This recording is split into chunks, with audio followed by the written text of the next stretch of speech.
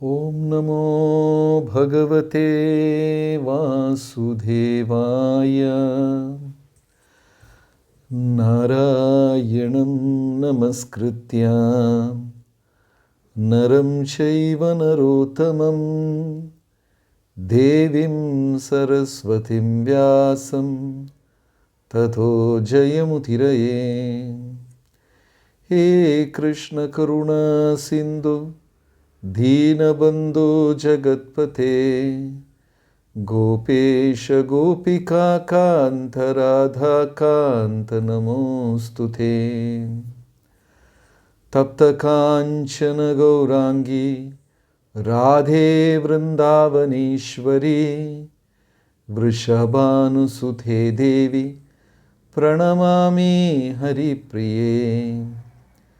जय श्री कृष्ण चैतन्य प्रभु नित्यानंद श्री अद्वैत गदाधर श्रीवासदि गौर भक्त वृंद।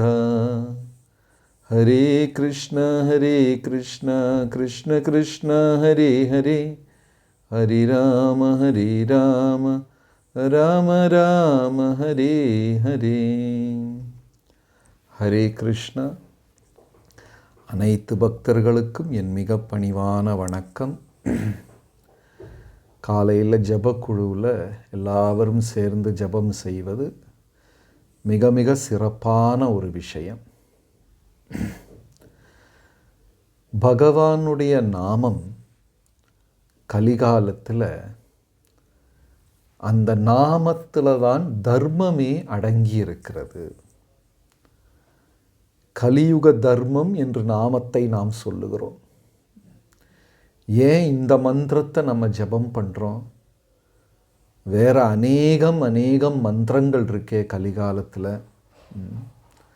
எவ்வளவோ பிரார்த்தனைகள் இருக்குது, எவ்வளவோ மந்திரங்கள் இருக்குது, எவ்வளவோ சடங்குகள் இருக்குது.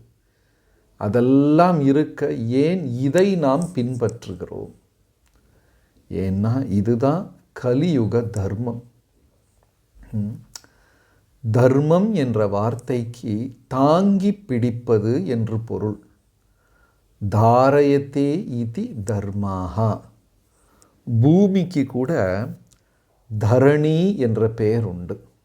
அழகான பெயர் தரணி. ஏன் பூமியை தரணி என்று சொல்லுகிறோம்? எல்லாமே தாங்கி பிடிப்பவள். பூமி மாதிரி பொறுமையாக இருக்கணும் அப்படின்னு பெரியவர்கள் சொல்வார்கள். ஏன்னா மேலே நல்லவங்க மிதிப்பாங்க, கெட்டவங்க மிதிப்பாங்க, பொறாமைக்காரர்கள் மிதிப்பார்கள், ஏளனம் கேலி கிண்டல் செய்பவர்கள் மிதிப்பார்கள், ஆணி அடிப்பாங்க, கிணறு தோண்டுவாங்க, என்னெல்லாம் பூமியில் செய்வாங்க. ஒவ்வொன்றுக்கும் பூமி எதிர்த்து கொண்டா இருக்கிறது, தாங்கி கொண்டே இருக்கும். சும்மா அந்த பக்கம் இந்த பக்கம் மதில் சுவரை கட்டி வைத்துட்டு இந்த பூமி பூரா என்னோடது என்று வாதம் செய்வார்கள். யாருக்குமே பூமி சொந்தம் கிடையாது. ஒரு 60-70 வயசாகும்போது நம்ம டாட்டா சொல்லிட்டு போயிடுவோம். வேற யாராவது 4 காலை நட்டுட்டு என்னோட பூமி என்று சொல்வார்கள். சில வருடம் கழிந்தால் அவர்கள் காணாமல் போய் விடுவார்கள். இருந்தாலும் பூமி பொறுமையாக இருக்கிறது. அவ்வளவு பொறுமை இருந்தால் மட்டும்தான் அந்த பூமிக்கு உள்ள நீர், தானியங்கள், நவரத்னங்கள், தங்கம், இது எல்லாமே இந்த பூமிக்குள்ள வருவது ஏன்? அவ்வளவு பொறுமையாக இருப்பதனால. இன்றைய காலகட்டத்தில் நம்ம சிந்தனையே மாறிப்போச்சு. நம்ம ஏன் பொறுத்துக்கணும்? நம்ம ஏன் இப்படி பண்ணணும்? அவங்க செஞ்சது தப்பு தானே, திரும்ப தண்டிக்க வேண்டாமா, கேட்க வேண்டாமா? இத்தகைய வாதங்கள் கலிகாலத்தில் அதிகமாக இருக்குது. உண்மைதான். நம்ம தண்டிக்கலாம், வாதம் செய்யலாம், நாம் வெற்றியும் பெறலாம். ஆனால் நீரும் தானியங்களும் நகைகளும் தங்கங்களும் இது எதுவுமே இந்த பூமியில் உருவாகாது. அவ்வளவு பொறுமையாக இருந்தால் கணவன் மனைவிக்கு இடையில் சச்சரவு. ஏன் நான் விட்டு கொடுக்கணும்? அவங்க செய்கிறது தவறு தானே, நம்ம வாதம் செய்யலாம், நம்ம ஜெயிக்கவும் செய்யலாம். ஆனால் எவ்வளவு பொறுமையாக இருக்கிறோமோ அந்த அளவுக்கு பூமிக்கு உதவி செய்யும் பிள்ளைகள் அந்த வீட்டில் உருவாவாங்க. பொறுமை இல்லாமல் தினமும் சாயங்காலம் சூரியன் அஸ்தமிக்கக்கூடிய அந்த சந்தியா வேளையில், சந்தியா நேரத்தில் வீட்டில் சண்டையோட சண்டை, சட்டி பானைகள் உருளும், வார்த்தைகள் காற்றில் பறக்கும். அந்த வீட்டில் அசுர குழந்தைகள் பிறக்கும். அப்போ பொறுமையாக அந்த நாமத்தை, அது எப்படி சொல்கிறார் மகாபிரபு, மரத்தை விட பொறுமையாக இருக்க வேண்டும், புற்கொடியை விட எளிமையாக இருக்க வேண்டும். அப்பொழுதுதான் பகவான் கிடைப்பார். டெல்லிக்கும் விருந்தாவனத்திற்கும் ஜெய்ப்பூருக்கும் நடுவில் கரோலி என்றொரு ஊர் இருக்கிறது. ஜெய்ப்பூர் ராஜஸ்தானுக்கும் விருந்தாவனத்துக்கும் நடுவில் அந்த ஒரு ஊர், அழகான ஊர், ஒரு பழைய கிராமம் கரோலி. அந்த ஊரில் மதனமோகன் அப்படின்னு பகவானுடைய விக்கிரகம் உள்ளது. நல்ல அழகான ஒரு கதை. உங்களில் பலரும் பிருந்தாவனம் போயிருப்பீங்க. விருந்தாவனத்தில் முக்கியமான விக்கிரகங்கள் உண்டு. கோவிந்தஜி, கோபிநாதர், மதனமோகன், அப்படி பல விக்கிரகங்கள், பல ஆலயங்கள் உண்டு விருந்தாவனத்தில்.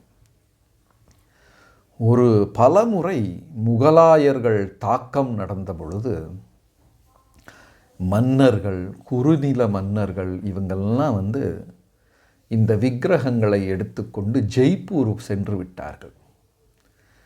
அப்போ ஜெய்ப்பூரில் இருந்த மன்னர் ஒரு மாபெரும் பக்தர். அவர் அந்த விக்கிரகங்களை, ஆலயங்களை அங்கே ஜெய்ப்பூரில் ஸ்தாபனம் பண்ணார். எல்லா விக்கிரகங்களும் ஜெய்ப்பூர் சென்ற பொழுது ஒரு விக்கிரகம் மட்டும் மதனமோகன் கரோலி போய்விட்டார். ஏன் கரோலி, அவர் மட்டும் தனியாக கரோலி போனார் என்றால் ஒரு அழகான கதை. மன்னருக்கு அந்த பகவத் விக்கிரகங்கள் மீது அவ்வளவு பக்தி. இது இந்த பக்தி முறை, பக்தி மார்க்கத்தில் மட்டும்தான் இப்படி இருக்கிறது. ஞான மார்க்கம், அஷ்டாங்க மார்க்கம், இதிலெல்லாம் சிலவங்க ஓம்காரத்தை தியானம் செய்வார்கள். சிலவங்க விளக்கை தியானம் செய்வார்கள். சிலவங்க எல்லா கடவுளர்களையும் தியானம் செய்வார்கள். இப்படி பலவிதமான முறைகள் உண்டு. பகவானை தியானம் செய்து நாம ஜபம் செய்து கொண்டிருக்கும் பொழுதே நம்ம தூங்கிடுறோம். எதுவுமே இல்லாமல் விளக்கு, தீ, சூன்யம் அதையெல்லாம் தியானம் செஞ்சால் மனசு ஒருநிலைப்படுவது கடினம். அதனால தான் பகவத்கீதையில் இந்த பக்தி முறையை எளிய முறை என்று சொல்லப்பட்டிருக்கிறது. எல்லார்னாலையும் பயிற்சி எடுத்துக்கொள்ளக்கூடிய முறை பக்தி முறை அப்படின்னு சொல்கிறோம். மற்ற ஞான முறையெல்லாம் ரொம்ப கஷ்டம். கிளேஷோ அதிகதரஸ்தேஷாம் அவ்யக்த ஆசக்த சேதசாம் அவ்யக்தஹி கதிர்துக்கம் தேகவாத்பீர் அவாப்பியதே. கிளேஷக ரொம்ப கடினமான பாதை. மற்ற பாதைகள் இதுனா என்ன? காலையில் எந்திரிச்சு கொஞ்சம் நேரம் ஜபம் செய்யணும், தூங்கிட்டே ஜபம் செய்ய வேண்டும். அதுக்கப்புறம் சாப்பிட்றதையெல்லாம் பகவானுக்கு முன்னாடி படைத்து விட்டு பிரசாதமாக சாப்பிட வேண்டும். சத்சங்கம் என்ற பெயரில் இடையில கொஞ்சம் சண்டை போட வேண்டும். அவ்வளோதான், எல்லாருக்கும் பக்தி கிடச்சிரும். ரொம்ப எளிமையான முறை. 2 விஷயங்கள் தான் இந்த முறையில். அகண்ட பஜன், அகண்ட போஜன், 2 வேலை தான். அகண்ட பஜன் அப்படின்னா தொடர்ந்து பஜனை செய்ய வேண்டும், இடையூறுகள் வரக்கூடாது. அகண்ட போஜன் அப்படின்னா கழுத்து வர சாப்பிடலாம். இது செஞ்சாலே பக்தி கிடச்சிரும். என்ன கஷ்டம்? அப்போ இந்த மன்னருக்கு மதனமோகன் விக்கிரகத்தின் மீது பெரிய ஈர்ப்பு. தினமும் அவ்வளவு அழகாக அலங்காரம் செய்து ஆராதனைகள் செய்து இதெல்லாம் செய்வார்கள். பக்தி ரொம்ப அழகானது. நீங்கள் விருந்தாவன பகுதியெல்லாம் போனீங்கன்னா எவ்வளவு அழகாக அந்த விக்கிரகத்தை அலங்கரிக்கிறார்கள். கிரீடமெல்லாம் வச்சு முத்து மாலைகளெல்லாம் போட்டு ரொம்ப ரொம்ப அழகாக, சில நேரத்தில் பார்த்து கொண்டே இருக்கலாம் என்று தோன்றும். அவ்வளவு ஸ்ரத்தையாக அலங்காரம் செய்வார்கள். மன்னரின் இளவரசிக்கு திருமணம். அப்போது அங்கே ஊரே கோலாகலமாக திருமண கோலத்தில் இருக்கு. எல்லாரும் தயார் செய்து கொண்டிருக்கிறார்கள். மன்னர் மகளிடம் கேட்கிறார், அம்மா உனக்கு என்ன அன்பளிப்பு வேண்டும், வரதட்சணை வேண்டும், உனக்கு என்ன பொன் பொருள் எது வேணும், எதை கேட்டாலும் நான் தர்றேன் அப்படின்னு மன்னர் மகளிடம் ஆசையுடன் பேசுகிறார். மகளும் ஒரு மாபெரும் பக்தை. நம்மளை மாதிரி கிடையாது, லிஸ்ட்டை போட்டுட்டு எனக்கு அது வாங்கித்தா இது வாங்கித்தானெல்லாம் கேட்கல. எனக்கு அப்பா எதுவுமே வேண்டாம், உங்கள் ஆசீர்வாதம் மட்டும் போதும்.